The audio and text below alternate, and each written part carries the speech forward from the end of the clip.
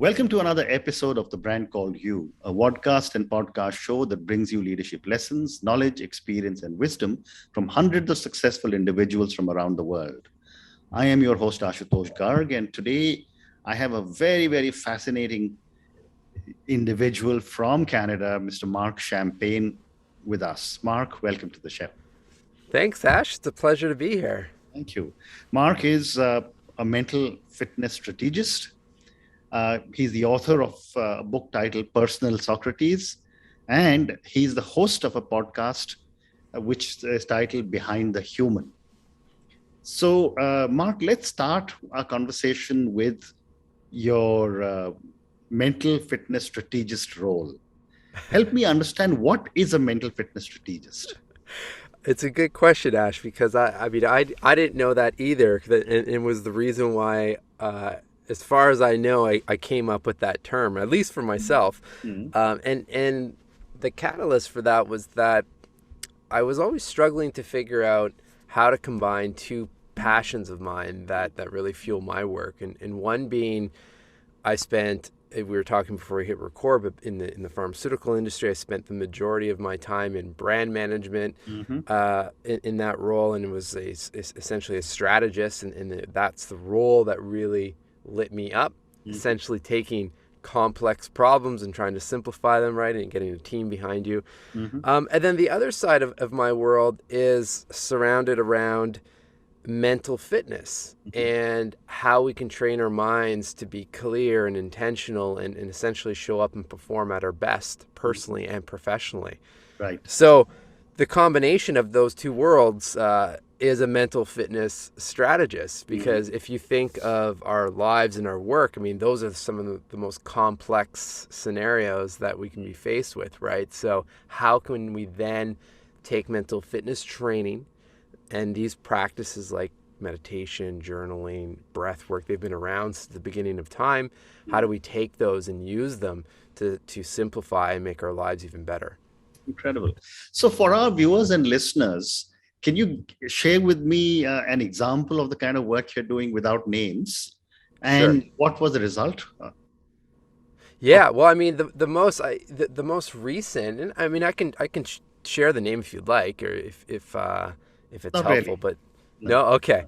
No. The team I had worked with, this was a couple weeks ago actually. You know, it's a team out in the U.S. where their whole organization is essentially starting to come back to work or back to the office, Correct. right?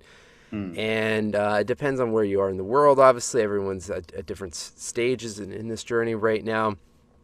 And they were interested in understanding, well, how can we leverage mental fitness to prepare our minds for that return? Hmm. Since everyone's at different phases, right? Some people are Correct. comfortable, some people are not. And it's just, the practices are the same, or I should say the philosophy behind the practice are the same for any situation. Mm-hmm. It's just taking those examples and applying them in the best way we can. So the Right. example would be that, okay, if you're heading back to work, or if you're in a situation that is creating some anxiety or tension, Hmm. well, we can first pause to realize that this is happening, Hmm. right? So how am I feeling right now? Where is that showing up in my body? And then understand what's fueling that. And Mm-hmm. then shift into some prompts or some questions that will help refocus us on what we can control, Hmm. right? We can't control necessarily how our jobs have changed, or how our work titles may have shifted, and how our day-to-day operations have shifted, but we can control how we react to those situations, Hmm. right? So it's, again, in its simplest form, it's just taking some time. I suggest early in the morning before you start your day individually to just check in with yourself Mm-hmm.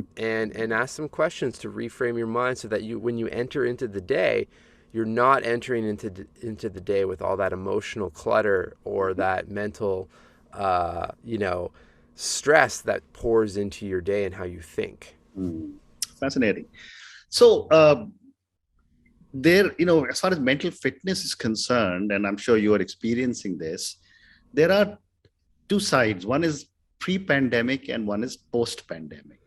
Yeah, sure. I'd love to get your perspective on the kind of challenges you have seen amongst people before the pandemic and after the pandemic?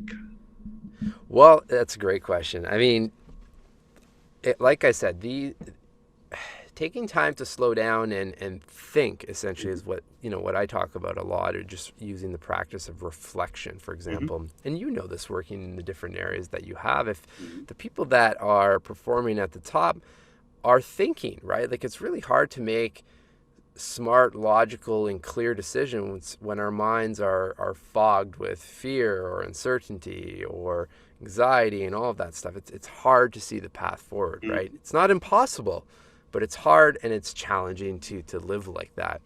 So what I've noticed is that because of the pandemic, we've all been forced into a pause of some Mhm. sorts, right? So there are more people actually taking time to think about these bigger questions. Mhm. My hope, though, is that since the pandemic has given that experience, let's say, and opened up a lot of different people to the power of these practices or taking time to think, that people will stick with them. Because we don't need, before the pandemic, what I would see would be, you'd take off in your life, you'd hit a wall of some sort, life explodes, right? And then now you're forced into reflection. I mean, you Right. don't necessarily always have to wait for these catalytic Mhm. events, i.e. a pandemic or big life altering situations, Right. to keep the mind healthy, be clear, and know that you're living with intention, doing the things that light you up, for example. Very interesting. And when it comes to mental fitness, one is work related and Sure. the other is personal. And personal could be, personal relationships or health. What Yeah. are some of the areas that you are seeing in the people you work with? What do you mean, the areas of focus? Yeah, what are the areas of, or the challenges you're beginning to see? Because one is mental fitness on account of challenges at work. The Hmm. others are mental fitness for me personally, which could either be in my relationships or with regard to my own health conditions.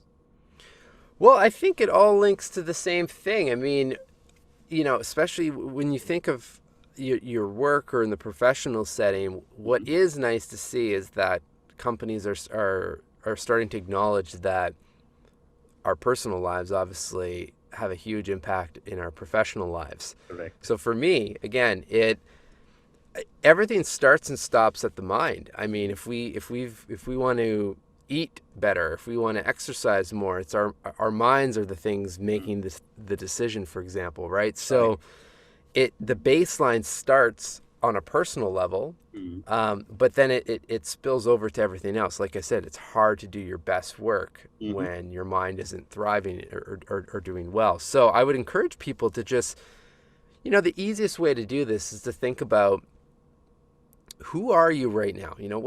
How would you define yourself, and the work that makes you happy, the relationships that make you happy? Like, where are you at right now? And who are you striving to become? Mhm. Not to say that there's a massive gap, but just, we often don't think about this. Mhm. And then, we're put onto autopilot, essentially, of life, right? And then that's when you get into these scenarios where things start to explode at one point, because we've never given any thought to these type of questions. Correct. So if we can figure out, okay, where are we at now? Where would we like to go? Because we're always striving to be better and more present. And, everyone's different, but we all have, for the most part, that ambition.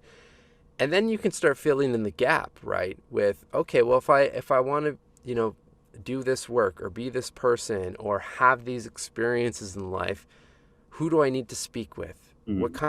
What does the average day need to look like to get there, Mhm. right? And that's when it gets into acting and thinking with intention instead of just flowing through on default, for example. But you have to get clear first.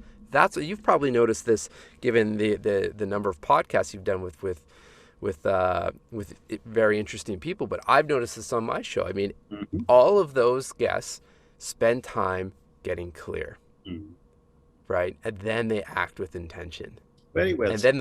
then the third step that happens in that whole process, and that's what links to the book, is that by default there's an expansion of possibility, because you can see what's there in front of you, whereas before it might have been there, but your mind was too fogged with those relationships that weren't working well, or the emotions that were Mm, bothering you, or all the decisions that you have to make.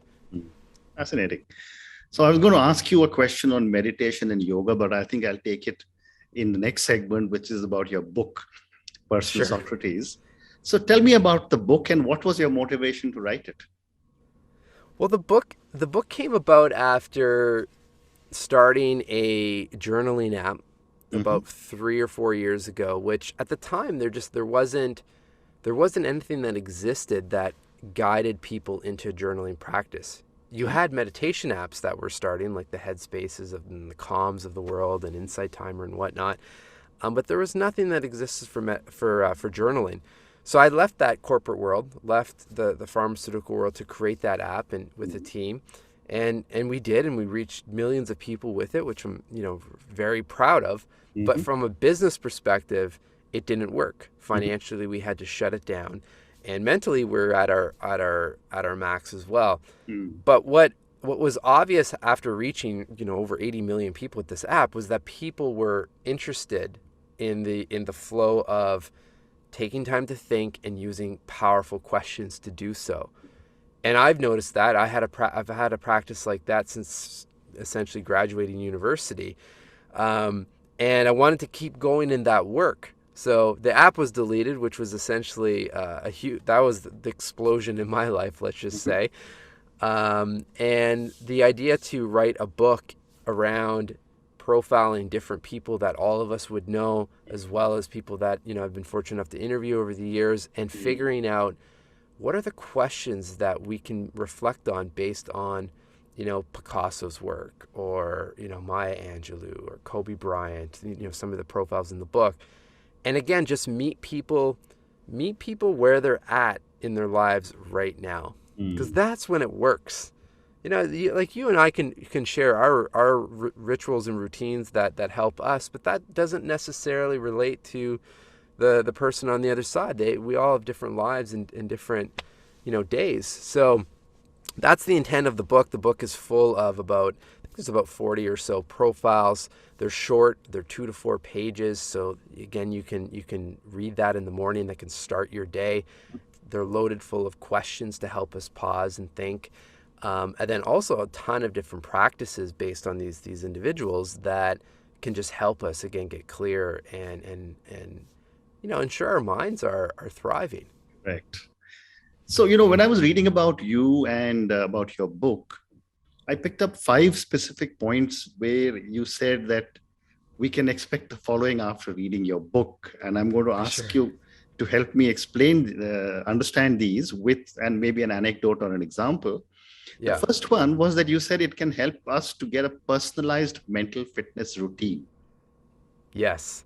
Absolutely. So that's essentially what we just talked about now, but how we're all different. So the idea being the most critical first step, I think, for anyone, if you're not doing any type of fitness for your mind, is to identify the activities or actions or people in your lives that put a smile on your face and make you feel good. Mm-hmm. So again, for some people that might be yoga, meditation, journaling, exercising, calling a friend. But to identify those 5 or 10 things, then you have those tools in your bag essentially when stuff happens in the day Mm-hmm. that you can Mm-hmm. immediately turn to. So that's the start of building a personalized routine that works for you. Then Okay. it's identifying when to do it and Mm. when that works for you. Interesting. And then the second one was where you speak about developing morning rituals for the day. You have spoken Yeah. about meditation, you have spoken about breathing, but take us through some of the morning rituals that you think we should be following. Well, I think the morning is definitely probably the most critical period, because Mhm. it's before life happens essentially, Correct. right? It gives us the best chance to succeed in Mm. in any of these practices. And again, just keeping it open for people, but I would say if you're interested in starting this work, Mhm. you can look at 3 different buckets. And this is something I've learned over the years from a well-known author. I'm sure you know of him as well, Robin Sharma. Mhm. and his work. And, Robin often talks about spending time in reflection, so still the mind, spending time learning, and then spending time moving your body. So, if as you're identifying those items on your list of the things that make you feel good, try to fill those buckets, right? For me, it's getting up. I get up around 5:30.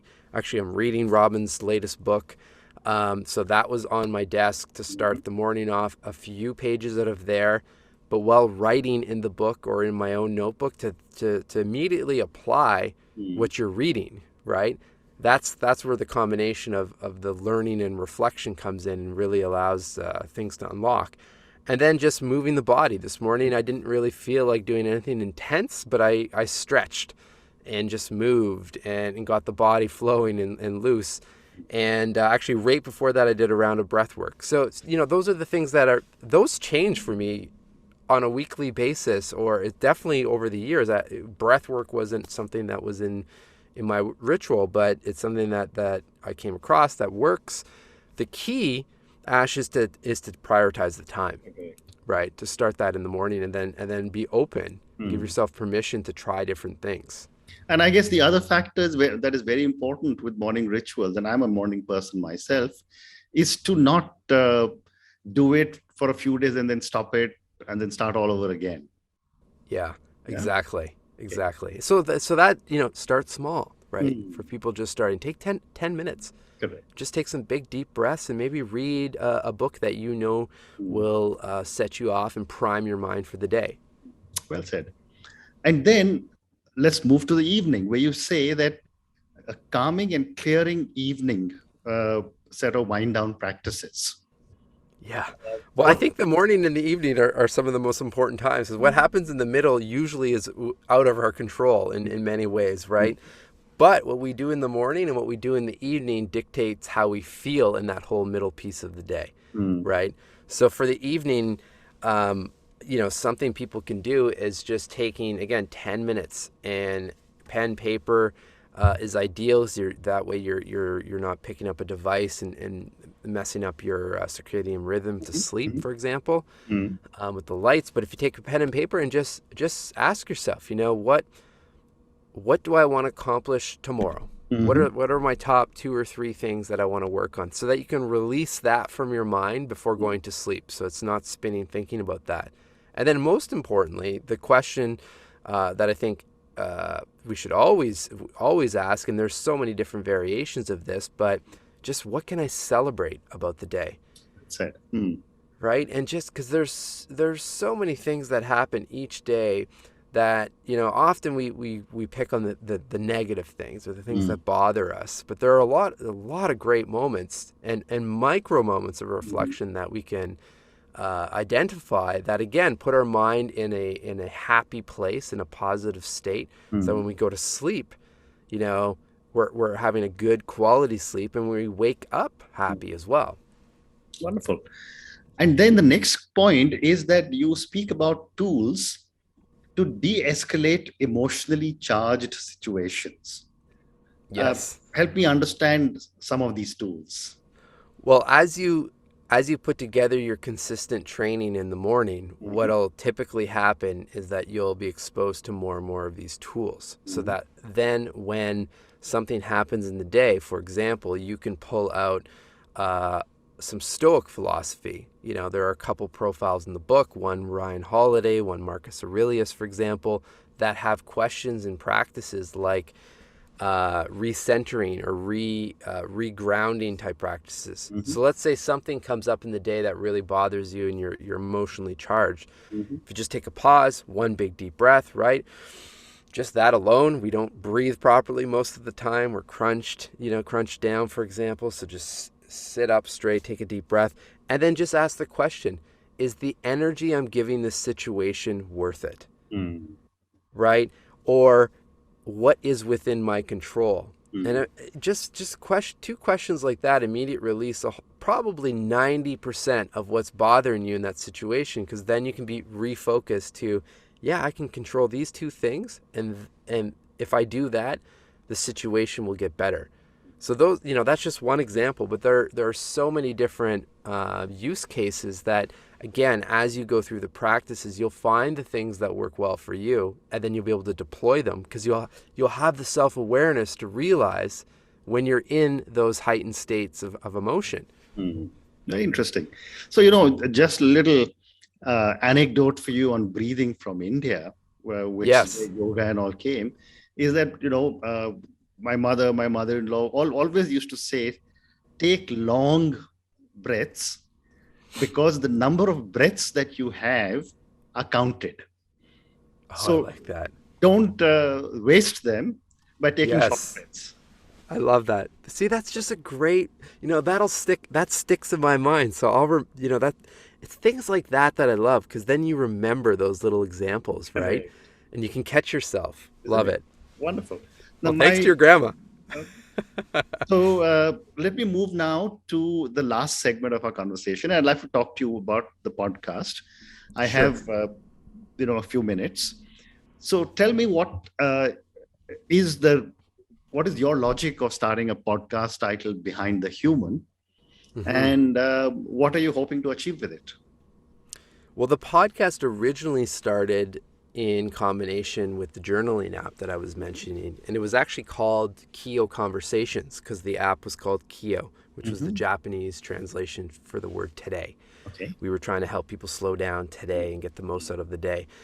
And when we shut down the app, I realized that the podcast was just so valuable in terms of well, and this connecting with great people and sharing their stories and whatnot, that I had to keep it going. Mm. So I rebranded the show to Behind the Human because essentially what I was doing, or what I continue to do with the show, is really unpack the mental fitness practices and specifically a lot of the reflective questions Okay. behind that human, right? Because we always hear the stories of their success, whether they're athletes or business True. executives and so forth. But tell me what you do to keep your mind healthy in all of these wild scenarios, because you know you mentioned yoga, and then we can talk about meditation, but those practices and the people that are involved in those spaces, Mm. they understand the importance of those practices, and they've been there. Mm. Whereas a lot of people have no idea that so many different practices do exist, just like asking questions. So Mm. that's my goal with the show, is to bring on people that you wouldn't expect to be Mm. talking about these things. Mm. Whether they're writers or designers or developers. I mean, we all ask questions. It's just, are we asking the best ones, and are they well timed, and are they of quality? That's the goal of the show, is to provide the listener on the other side with a different perspective. Fascinating. And my last question to you, and I'll come back to your book, and this is for our viewers and listeners. Is this book available on Amazon and other platforms?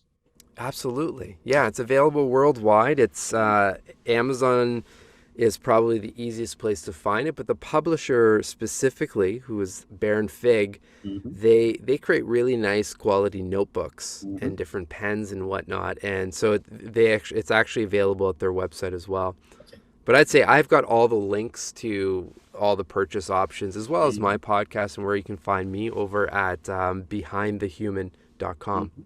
Wonderful. Mark, on that note, thank you so much. It has been such a pleasure speaking to you. Thank you for talking to me at such length on mental fitness and what you're doing to help so many people. Thank you for talking about your book, Personal Socrates. And thank you for talking to me about your podcast, Behind the Human. Thank you again and good luck. Thanks, Ash. It was real. It was a real pleasure, and love your energy. Thank you. Thank you. Thank you for listening to the Brand Called You videocast and podcast, a platform that brings you knowledge, experience, and wisdom of hundreds of successful individuals from around the world. Do visit our website www.tbcy.in to watch and listen to the stories of many more individuals.